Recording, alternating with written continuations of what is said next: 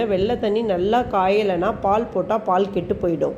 So அதனால் வெல்லம் தண்ணி நல்லா வந்து பாகு வர அளவுக்கு காய்ச்சிடுங்க. பாருங்கள், அந்த பால் கொழுக்கட்டை எல்லாமே கலர் ஒரு மாதிரி மஞ்சளாக மாறிடுச்சு பார்த்தீங்களா? ஸோ நீங்கள் அந்த பால் போட்டுட்டிங்கல்ல. இப்போ அடுத்தது இது கொஞ்சம் நல்லா ஒரு கொதி வந்தோடனே அந்த பாலையே நான் என்ன பண்ணியிருக்கேன்னா, ஒரு 2 டம்ளர் பாலை 1 டம்ளராக குறுக்கி வச்சுருக்கேன். ஸோ அதனால் அந்த பாலே நல்ல திரட்டி பால் ஸ்மெல் வரும். ஓகேவா? ஸோ இது நல்லா வந்து மிக்ஸ் பண்ணிவிடுங்க. இப்போ இதில் நம்ம என்ன பண்ண போகிறோன்னா, ரொம்ப சிம்மில் வச்சுக்கோங்க கேஸை. தேங்காய் பால் போட போகிறோம். தேங்காய் பால் போட்டுட்டு உங்களுக்கு இங்கே பாருங்கள், அந்த பால் போட்டு நல்லா கொதி வந்துடுச்சு.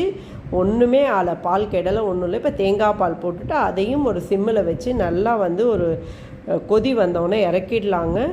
ரொம்ப டேஸ்ட்டாக இருக்குங்க இந்த பாயசம். எனக்கு வந்து நான் க்ரீமியாக பண்ணக்கூடாதுன்றதுனால தான் இப்படி பண்ணியிருக்கேன். உங்களுக்கு க்ரீமியாக